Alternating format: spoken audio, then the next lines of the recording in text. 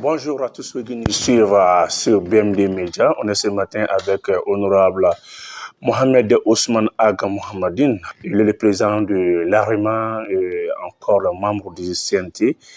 Sur le côté de la légitimité traditionnelle, on peut dire qu'il est encore chef de village dans la région de Tombouctou et président du conseil supérieur de Kel Arazaf Chérifien.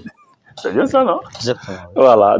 Encore, on va quand même présenter toutes nos excuses à tous nos téléspectateurs, à tous ceux qui nous suivent encore davantage pour pouvoir s'exprimer cette fois-ci un peu en français parce que avec notre grand honorable, je crois qu'il serait un peu à l'aise en français. Bonjour, honorable. Bonjour. Vous pouvez passer votre bonjour à tous ceux qui nous suivent. Mes salutations à tous ceux qui nous suivent en direct à l'intérieur de notre très cher pays, le Mali, tout comme c'est établi à l'extérieur. Et au-delà, ceux qui nous suivent, frères africains, en Afrique et dans le reste du monde, recevez en ce jour nos salutations panafricaines, chaleureuses et fraternelles. Ok, donc je vais reprendre la présentation un peu en bambara. Aw bɛɛ ni sɔgɔma mɔgɔ mɔgɔ sɔgɔlen don BMD Media la ni wagati in na an b'a ladɔnniya k'a fɔ an ye honorable Mohamed Ousmane Aga Mohamedine an n'ale de bɛ ɲɔgɔn fɛ mɔgɔw b'a miiri ko politique mɔgɔ dɔrɔn don parce que il est le président de AREMA o dɔrɔn tɛ CNT membre don o dɔrɔn tɛ mais an b'a ye k'a fɔ ko dugutigilaka den fɛnɛ don il vient de la d'une chefferie d'une grande chefferie aussi o kuma na o ye région de Tombouctou mara kɔnɔna la an b'a fɔ ko fɛn min conseil supérieur min bɛ yen n'an b'a fɔ o bonda ma ko Kel Arazaf Chérifien a ye o fɛnɛ ma bɛ se k'a fɔ o fɛnɛ ɲɛmɔgɔba don donc an kana ye k'a fɔ ko a dan ye CNT dɔrɔn ye an b'a ladɔnniya fɛnɛ k'a fɔ fɛn min ye accord min fɛnɛ signé o maa fɛnɛ don bolonɔ bilala bɛnkan sɛbɛn min fɛnɛ na o maa fɛnɛ don donc minnu bɛ yen n'u tɛ nanzaraka ka gɛlɛn dɔɔni an bɛ se k'a fɔ nin ye an dontɔ ye ani honorable Ousmane Aga Mohamedine de bɛ ɲɔgɔn bolo sɔgɔmada in na a vidéo a ka partager a ka aimer a ka liker bɛɛ bɛ se k'a sɔrɔ cogo jumɛn o bɛ diya n ye kosɛbɛ honorable il y a deux quand même sujets inscrits à l'ordre du jour. Le premier ce serait quand même sur le Niger. Tout récemment, selon un communiqué de la nouvelle autorité, on vient d'accuser la France d'avoir quand même attaqué une position de la garde nationale du Niger.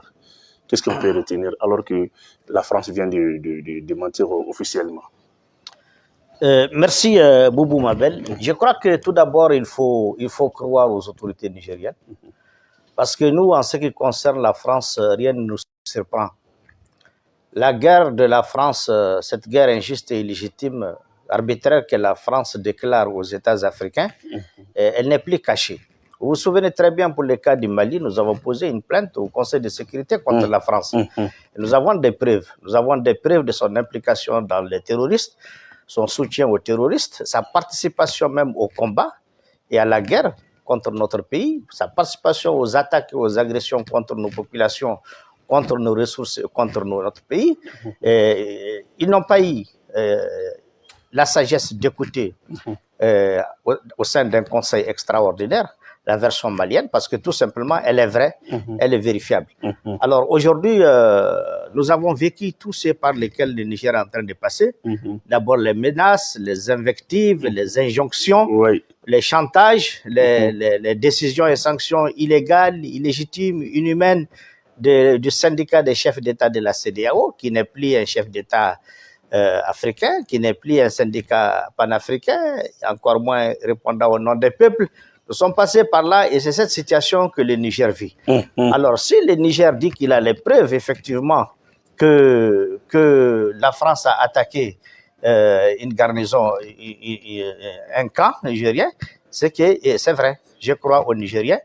Et la preuve pour laquelle je crois aux Nigériens, c'est que dans le communiqué français, eux-mêmes, ils ont reconnu.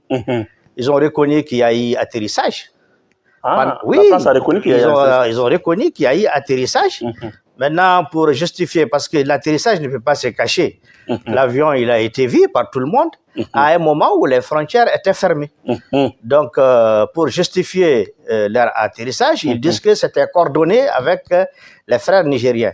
Et moi, je suis convaincu que si c'était coordonné, le Niger, tout comme le Mali, nous sommes des peuples avec une grande dignité. Nous respectons nos paroles. Oui, oui. Si c'était coordonné, le Niger allait dire et assumer que c'était coordonné. Donc déjà, jusqu'à présent, la France a encore des difficultés à donner des éléments pour vraiment justifier qu'elle a raison. Donc moi, je crois au Niger. Et je pense que la France doit comprendre aujourd'hui que les peuples africains ne sont plus ces peuples-là qu'on peut complexer, auxquels on peut faire peur. Nous sommes dans une guerre. Nous sommes dans une guerre de libération du Mali, du Niger, du Burkina, de la Guinée et de toute l'Afrique. Il faut que la France comprenne ça une fois pour toutes. Il y va de son terrain, de son intérêt et de l'intérêt des Français. En parlant d'intérêt, aujourd'hui, quand la France menace de nous attaquer, il faut que la France comprenne qu'aujourd'hui, les Africains ne sont plus les Africains d'antan. Cette assertion selon laquelle les États n'ont pas d'intérêt, n'ont pas d'amis, ils n'ont que des intérêts, nous l'avons aujourd'hui comprise plus que la France qui en est le principal auteur. Il n'y a pas d'amitié, chacun défend ses intérêts. Et les intérêts aujourd'hui se concilient avec les intérêts d'autres. Si la France pense aujourd'hui qu'elle va faire peur aux Africains à cause de ses avions, à cause de ses ogives, elle se trompe. Parce que l'intérêt africain aujourd'hui peut être concilié avec l'intérêt d'autres plus puissants que la France. Oui, ça c'est vrai. Parce que c'est une question de défense d'intérêts communs. Oui. Aujourd'hui, le Mali, le Niger, nous savons avec qui nous avons des intérêts communs. De la même manière, la France sait avec qui elle a des intérêts communs. Elle pense qu'elle a un peuple africain, comme elle a l'habitude de le faire, un peuple africain isolé, totalement en autarcie, qu'on peut menacer. Non, ce n'est pas le cas. Aujourd'hui, nous avons la plénitude de notre politique, de notre diplomatie et de notre coopération bilatérale et multilatérale. Donc la France doit comprendre qu'on ne peut pas nous faire chanter. Si elle pense qu'elle a des avions, nous en avons. Si elle pense qu'elle a des choses que nous n'avons pas, nous avons assez d'intelligence, d'initiative et de courage pour concilier nos intérêts avec les intérêts des autres. Oui. Alors, gare à la France, si tu as des moyens, nous allons amener les ogives nucléaires de la Russie là pour te botter. Il faut qu'il reste tranquille. Les ogives nucléaires au nom de l'intérêt général partagé avec la Russie, au nom de l'intérêt partagé avec la Chine, au nom de l'intérêt partagé avec les autres, tout ce que nous avons, nous allons l'avoir avec eux parce que tout simplement, ils ont intérêt avec nous et nous avons intérêt avec eux. Et c'est sincère, ce qui est différent de la collaboration avec la France où il n'y a pas de sincérité, il n'y a pas d'intérêt partagé, il n'y a pas de coopération gagnant-gagnant. Il faut que la France comprenne ça. On ne peut plus nous intimider. Ce que vous avez pour nous attaquer, si nous en avons, on a l'intelligence et les moyens d'échange et de discussion pour nous l'approprier en moins de 48 heures. Donc, gare à la France, si elle fait le jeu d'engager une guerre contre le Niger, elle aura déclaré une troisième guerre mondiale à laquelle elle sera la plus grande perdante. Parce que le soutien dont elle a bénéficié par le passé, par les Africains, il ne sera plus là au rendez-vous. Il faut que la France se souvienne que par le passé, c'est les Africains qui l'ont défendu. Alors, elle a intérêt à ne pas allumer un feu sous lequel elle-même, elle ne pourra pas tenir. Parce qu'elle n'aura pas les mains, les bras valides, les mains fortes des Africains. La France les aura pris. Nous allons les utiliser pour nous-mêmes. Les ogives des autres seront les nôtres au nom de l'intérêt général. Alors que la France se calme un peu, qu'elle soit plus sage, que Macron se ressaisisse, qu'il soit ce qu'il est, qu'il reste ce qu'il est. Et qu'il ait pitié d'abord des Français eux-mêmes. La population française qui est au bout du gouffre. Nous suivons des amis français aujourd'hui qui dénoncent tous les jours cette politique cavalière, aventuriste de Macron et des multinationales au nom desquelles ils parlent et qui l'ont placé là-bas. Il est temps qu'ils se ressaisissent. L'autre aspect de la guerre de la menace sur le Niger, c'est malheureux, c'est le comportement de certains de nos frères africains. Certains chefs d'État africains. Oui.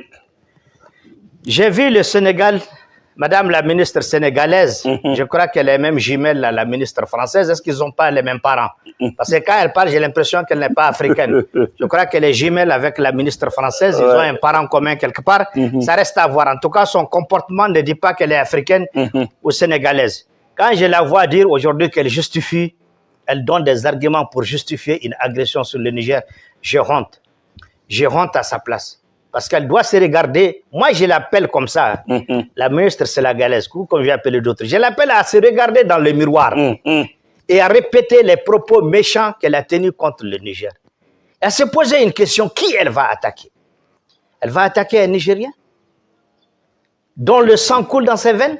Un Africain dont le sang coule dans ses veines? Mais quelle lâcheté, quelle ingratitude. Je l'invite à regarder dans le miroir et à penser ça. Au nom de qui? Pour quel intérêt? En tout cas, pas pour l'intérêt sénégalais. Le deuxième, c'est le chef d'état-major de la Côte d'Ivoire. Nos frères Djoula, qui ne sont pas différents des Bambara, qui ne sont pas différents de toutes les ethnies qui sont là au Mali. Quand le chef d'état-major de la Côte d'Ivoire dit qu'il est prêt à attaquer, je l'invite aussi à se regarder dans le miroir et de se poser une question. Tu vas attaquer qui? Tu vas aller t'attaquer toi-même au nom de qui et au nom de quel intérêt? Quelle honte pour l'histoire. Oui. Tu vas attaquer le Niger? Le Niger, le sang nigérien coule dans tes veines et vice-versa?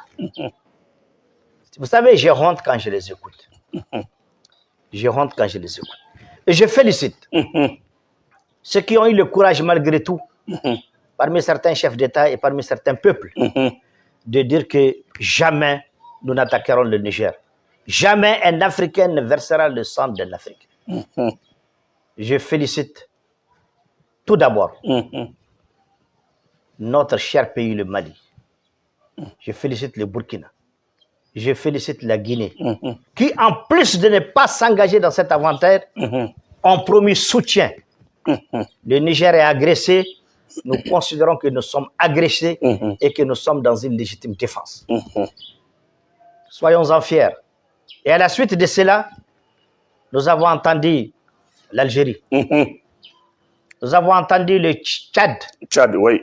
Nous avons entendu le Libéria. Nous avons entendu des peuples qui se sont exprimés. Nous avons entendu la Mauritanie, plus ou moins. Plus ou moins, oui. Nous avons entendu des peuples et des parlements tels que le Sénat nigérian. Nous avons entendu la légitimité traditionnelle du Bénin. Du Bénin, oui. Nous avons même écouté le vice-président du Parlement de la CEDEAO, qui est béninois, oui. qui est écœuré de constater que cette CEDEAO n'est ni plus ni moins qu'un syndicat des chefs d'État. Parce que même le Parlement de la CEDEAO, qui est censé parler au nom des peuples, n'est pas consulté et n'est pas au courant de ce qui se passe. Oui. Les injonctions viennent de Paris et les chefs d'État CEDEAO, cette caisse de résonance exécute. Mais ils doivent avoir un peu de dignité et de honte. Je ne me dérangerai pas demain si un d'eux se ressaisissait à lui présenter officiellement mes excuses. Mais tant qu'ils sont dans cette situation-là, je considère que nous sommes en guerre sur tous les fronts. Guerre militaire, guerre diplomatique, guerre verbale, toutes les guerres, elles sont ouvertes entre nous. Jusqu'à ce qu'ils comprennent qu'ils ont intérêt à choisir le chemin de l'honneur et de la dignité. Ça, c'est extrêmement important. Au peuple nigérien, je crois qu'ils ont tout à gagner en avançant. Je les félicite d'abord, je félicite le peuple qui a prêté main forte au CNSP.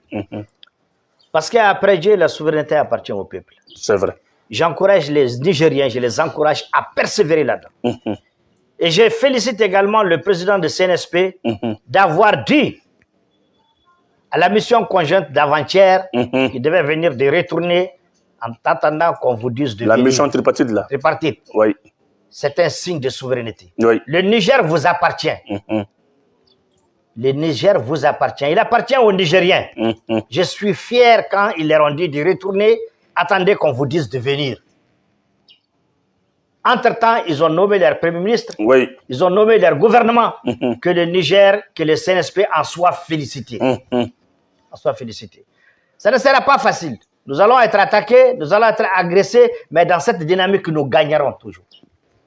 Il n'y a pas de recul en arrière. Ça, c'est ce que j'ai dit aux frères nigériens et leur dire de tenir bon.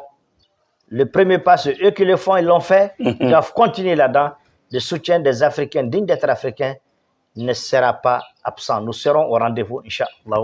Inch'Allah bi'iznillah. Ouais, voilà à ce niveau, ce que je vais dire à ce stade. Voilà, toujours sur la situation du Niger là.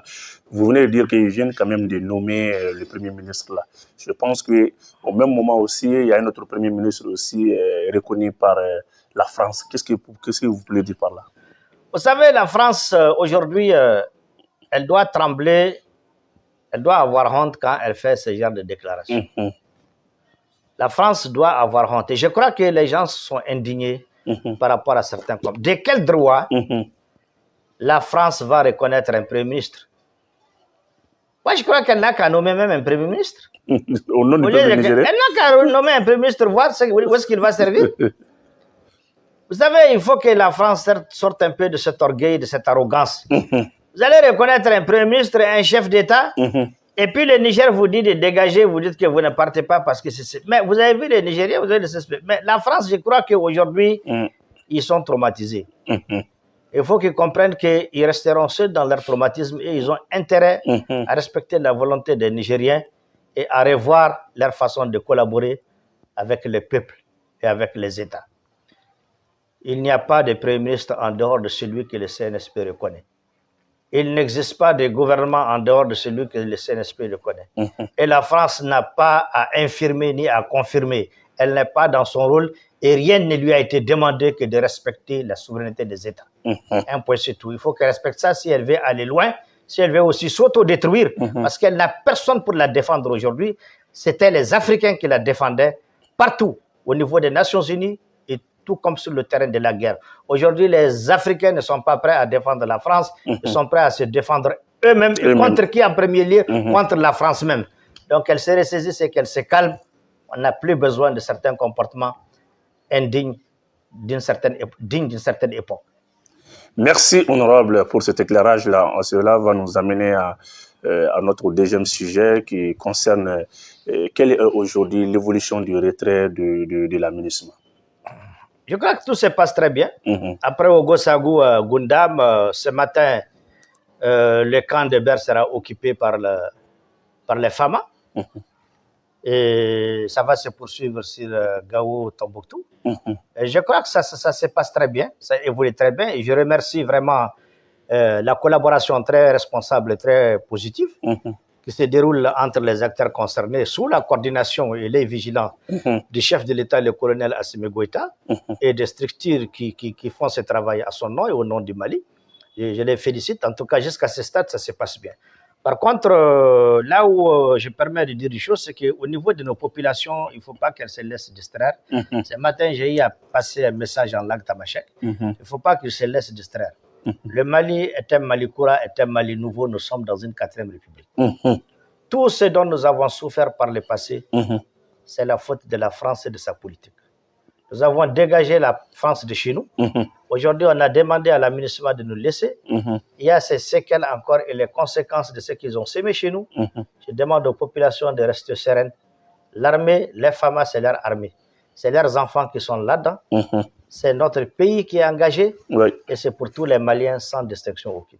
Qu'ils se calment et qu'ils ignorent tous les messages de psychose, de propagande, de menaces qui circulent dans les réseaux et que chacun va tranquillement à ses affaires.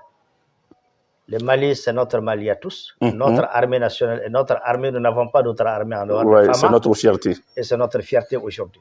Aujourd'hui, ils doivent être fiers aujourd'hui que l'armée nationale, composée de nos enfants, dans toute sa mosaïque et sa diversité, vienne occuper ces camps-là pour sécuriser nos populations. Donc, je demande à l'ensemble des populations de prêter main forte, de collaborer avec l'armée, de lui prêter main forte, de la soutenir et de travailler avec elle en toute sincérité. C'est ça la paix, c'est ça la dignité nationale. Nous sommes un peuple avec de grandes histoires, avec beaucoup de dignité et d'honneur. On ne peut pas passer par des raccourcis, des délinquants qui appellent de l'extérieur, qui ne sont même pas ici, pour créer la zizanie, pour sommer la psychose. On ne doit pas écouter ce genre de message. C'est des mercenaires, c'est des aventuriers. Et le peuple doit être très vigilant et écouter les consignes de son chef. Nous ne sommes pas légitimité traditionnelle pour rien. Notre rôle, c'est de cimenter la nation. Nous sommes les fondements de cette nation. Il est de notre devoir de dire aux populations de se calmer et de ne pas écouter les mauvais messagers. Oui, merci, honorable. Je m'en vais rapidement vous poser cette petite question-là, qui est quel serait l'avenir de l'accord après le retrait de la MINUSMA? Parce que je vois aussi l'inquiétude de certains mouvements signataires de l'accord. D'abord, permettez-moi, en tant que signataire de l'accord d'Alger, membre du comité de suivi de l'accord, d'abord, je fais partie des vrais signataires. S'il y a des vrais signataires, c'est bien nous. Oui. Parce que c'est moi qui ai signé l'accord en présence de 26 chefs d'État et en présence d'Ibrahim Boubacar Keïta, lui un peu à son âme, plus toutes les institutions du monde entier. Je l'ai signé pour préserver notre pays de la division, des aventures et de tout le reste. Donc aujourd'hui, en ce qui concerne l'accord, il n'y a pas d'autre alternative à l'accord. Il doit maintenir l'ensemble des frères à travailler ensemble pour faire du Mali le Mali du rêve de tous les Maliens. Parce que vous savez, l'accord, il est malien. Il n'est pas pour une région quelconque. L'accord concerne de Caille jusqu'à Kidal. Chacun y trouve son compte pour que le Mali se retrouve et que les Maliens se retrouvent. Maintenant, je me réjouis également de voir les frères de la plateforme. Les frères de la plateforme qui, à un moment donné, effectivement, étaient dans des positions qui peuvent paraître, pour ceux qui ne les connaissent pas bien, pour ceux qui ne connaissent pas leurs premiers responsables, ils se sont retrouvés dans des positions plus ou moins incohérentes. Incohérentes par rapport à la cause nationale, par rapport à l'esprit républicain.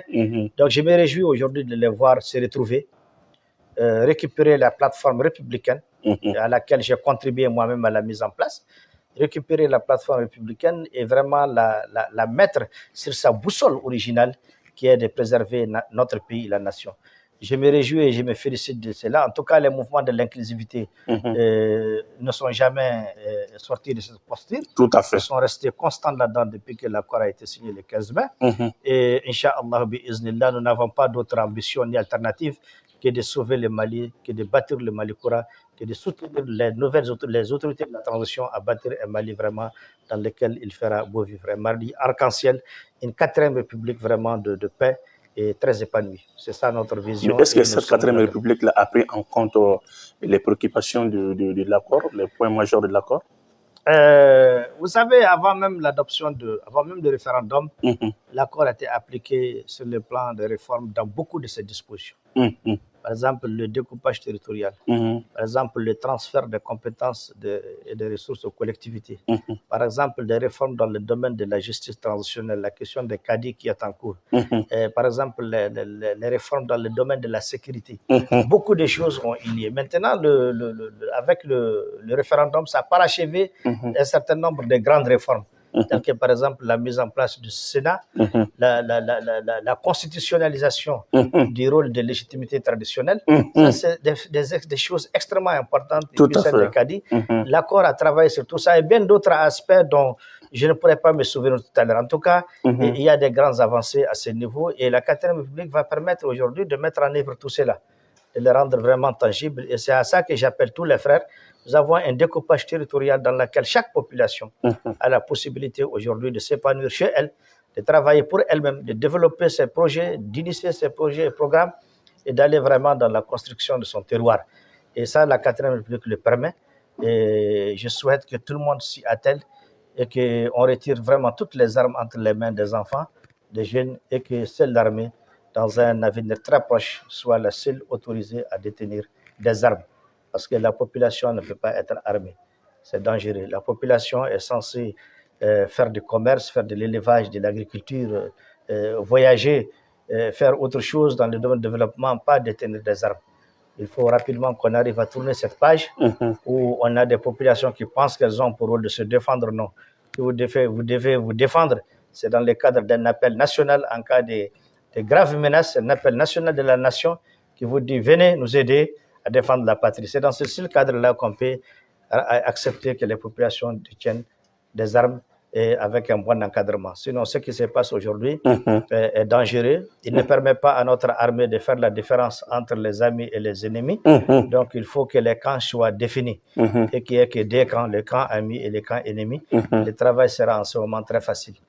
Voilà ce que je vais dire à ce niveau. Ok.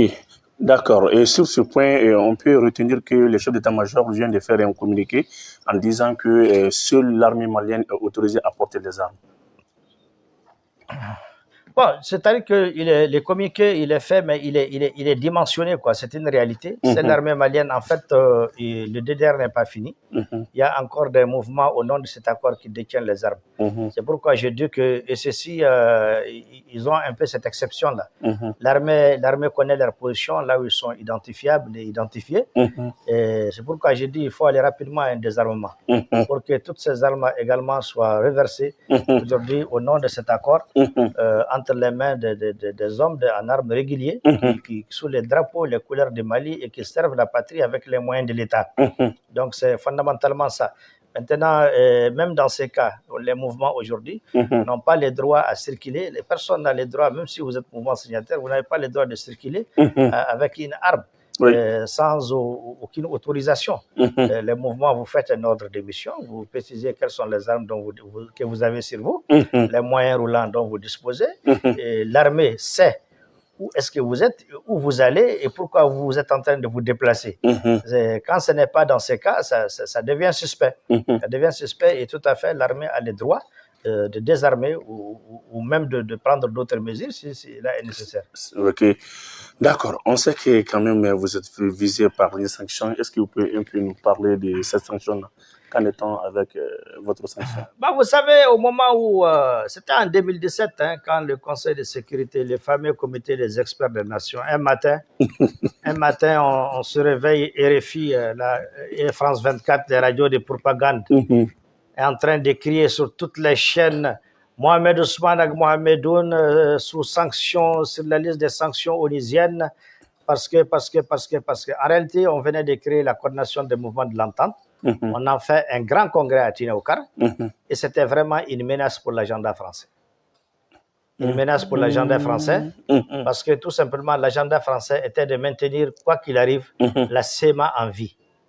Et la CEMA était devenue une menace pour la CEMA à l'époque. Et c'est une menace pour l'agenda français. Donc, il faut nous dissuader, il faut m'écraser, il faut m'écarter. Donc, c'est comme ça que ça s'est passé. Mais j'avoue que depuis 2017 jusqu'à aujourd'hui, je remercie Allah subhanahu wa ta'ala qui m'a créé, qu'au lieu de voir la France m'humilier chez moi, parce que je défends mon pays et ma population, j'ai vu Allah subhanahu wa ta'ala l'humilier elle-même en la chassant de mon pays, comme une malpropre. Ça, je remercie Allah pour cela. Donc, ça veut dire tout simplement que nous sommes sur le chemin de la vérité. Celui qui ne nous aime pas, parce qu'on nomme notre pays, le Mali, notre patrie, ne nous aimera jamais. L'Amérique, la France peuvent continuer leurs sanctions sur Mohamed Ousmane. Nous ne changerons jamais de posture quand il s'agit de la dignité du Mali, de son honneur et de la protection de nos populations.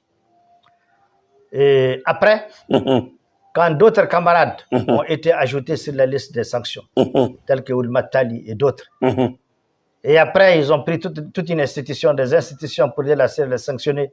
Je crois que beaucoup de gens ont commencé à comprendre que la meilleure façon d'être candidat aux sanctions de l'ONU, c'est d'être patriote et aimer ta patrie.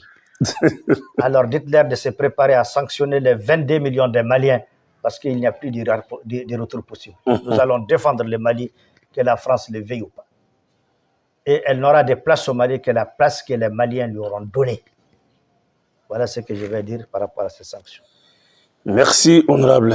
Quel est votre message à l'endroit de la population pour clore quand même cette interview?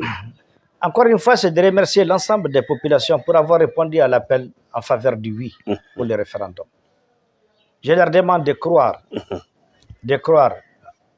à nos plus hautes autorités. Je demande aux populations du centre, notamment de Bandiagara, de continuer à rester résilients. L'ennemi tentera tout. L'ennemi va nous agresser. L'ennemi va nous faire chanter.